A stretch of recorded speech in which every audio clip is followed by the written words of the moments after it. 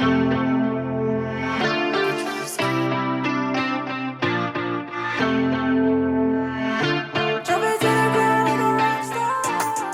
when I say defunding, over the years, we have seen, different sectors of our government defunding, teaching, the safety net, social services. And so, but those problems don't go away. And so what do we do with them? Well, we said, well, police, you handle them. So when I think about defunding the police, I'm just really thinking about less, because I'm a strength-based person, this restoring the institutions that have been lacking for years. Give teachers what they need, instead of having, now you got me going all off of that. I mean, we could talk. We ain't about to go to school police, so that's a whole nother conversation. Yeah. But give teachers what they need, give social workers what they need, give folks who are reacting to folks who are having, well, first of all, substance abuse shouldn't be criminalized, it should be treated. And right. So these are just different things about values. We started criminalizing all these different social issues, and giving them over to the police. And so that's how I think about reform, defunding, and, abolishing.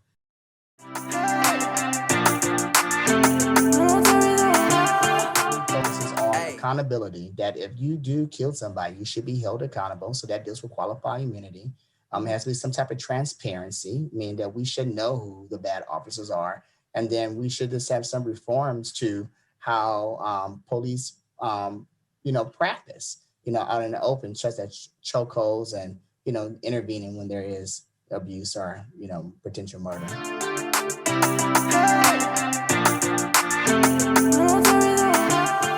Why it's so important that they get those grants. I just have a policy philosophy that the best public policy comes from folks who are affected by that public policy. And so you have community-based organizations. These are the folks who are dealing with folks day in and day out. And so, of course, members of Congress are these bureaucrats here in DC that try to figure out how to address a problem, but there will be consequences, whether they are intentional or not. And so that's why I think that it's so important, that those dollars went to the community-based organizations. And so, so we can have more community-based organizations doing, the good work.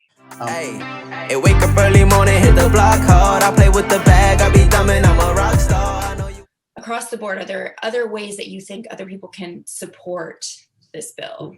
Well, I had a mentor from the NAACP, Willis Edwards, out of Los Angeles. And then Willis will always say, do what you can with what you have from where you are. And so I would these things sound very simple, but those calls are so important. So that's the bare minimum. If you could pick up the call phone, and not even, I think Molly, you hit you answered it as well. You should call your friends in other areas, for them to put pressure on their senators, but also call our senators here in California for the folks who are here. Encourage them. I'm pretty confident they're going to vote on it, but encourage them to talk to their colleagues. Right. Y'all got Karen Bass walking across the Capitol way over there, and to go talk to them.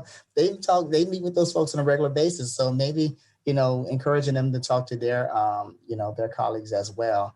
But that's one thing. One thing is, keeping it up in the media.